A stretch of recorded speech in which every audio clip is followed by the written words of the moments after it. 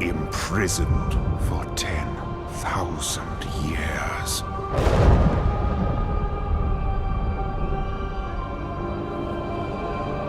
Banished from my own homeland.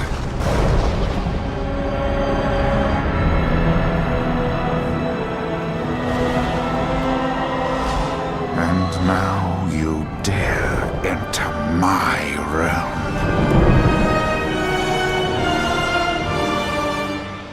You are not prepared.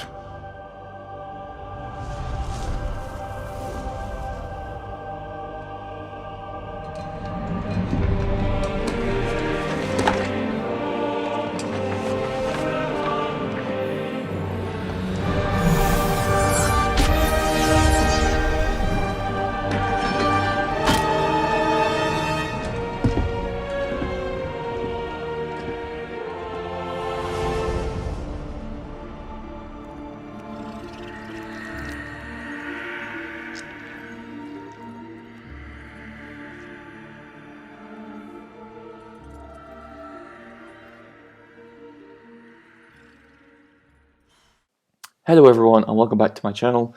If you don't know me, I'm Jake, or as I just prefer, JM. As DBC is well underway in Project Ascension, it's time to give some guides on new systems added while also taking the piss out of seasonal players, which is my day-to-day job. Now, let's get going. Today I'm here to talk about the Mystic Enchant system. This is one of the core custom systems added into Project Ascension. If you played during vanilla content, you'll know how this works, but the system and the random enchants, as they like to be called, have changed drastically. Random enchants are an additional way to customize your character from others. Given that the game is somewhat classless, this system helps create the builds we all love to play and make. There are 4 types of random enchants, or REs as the players call them. Each type is related to a class of a rarity. The same as how gear works, starting from uncommon up to legendary and some colour as well. Green, blue, purple and orange, or uncommon, rare, epic and legendary.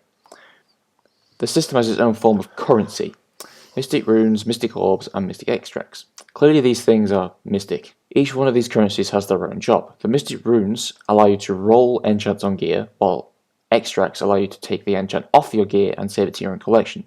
Neat, isn't it? Although the extracts delete the gear, so not as neat as you'd think.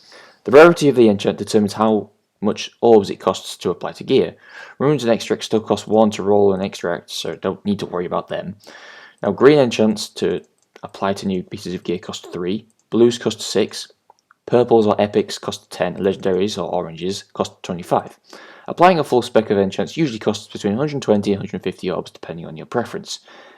Realistically, if you're going to metagame it, they usually cost about 180 in total, because obviously you're testing out certain REs. These random enchants are obtained by rolling the runes on blue items or higher. You cannot extract, roll, or save or apply to anything that's green or lower. It's blue and above. Random enchants can also be traded between players using scrolls from the vendor or from any blue or high item from the auction house, but make sure you can trade it after.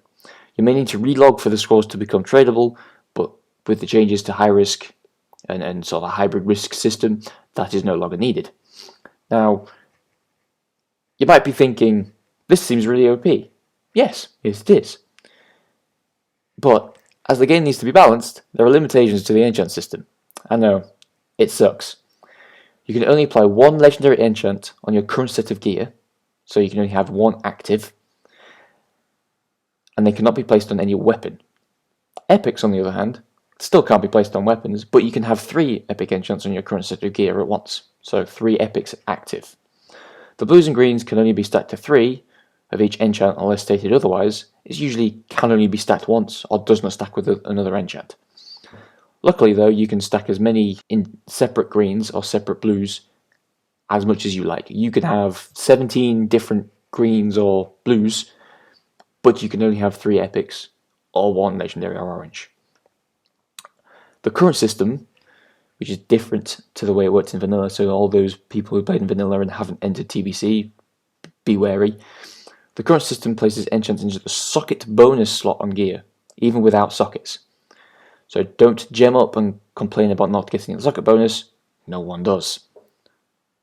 Be careful. Now that is the enchant system in its entirety. I will do locations of altars in world later on. There are usually 3 to 4. The enchant system in its entirety is quite expensive, so farm some gold. It shouldn't be that hard to get gold. You get 25 gold for an heroic, like 5 gold for a normal, enough from raiding to be able to get it. I have 10k gold and usually I'm hovering around it. Plus you can sell them, so if you have enough orbs, or you're doing all your quests in TBC, you get orbs and you can sell them. I've made 1500 from 300 orbs. It's not great, but it's enough. It's enough to kind of fund my raiding and fund more RE selling. If you have any questions, ask them down below in the comments. I will 100% try and answer as many as I can. Now, I'll do other videos on locations and any other tips I can give for the enchant system. It is quite a complicated system, so be wary. But anyway, thanks guys for watching, and this is it. See you around. Goodbye.